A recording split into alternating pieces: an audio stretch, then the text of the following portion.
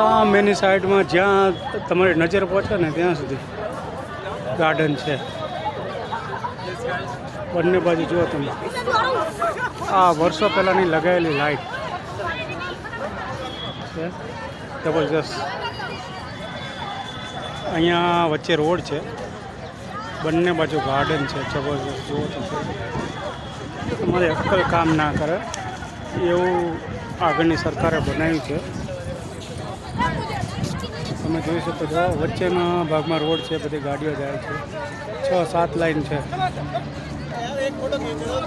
અને જુઓ તમે અહીંયા બધા લોકો ફરવા આવે છે કેટલો.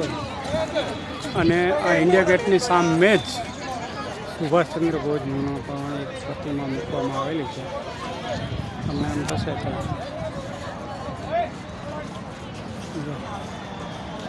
સલામ આપતા હોય ને એવી રીતે. भैया फोटो कराना है कैमरे से, फोटो कराना भाई कैमरे से।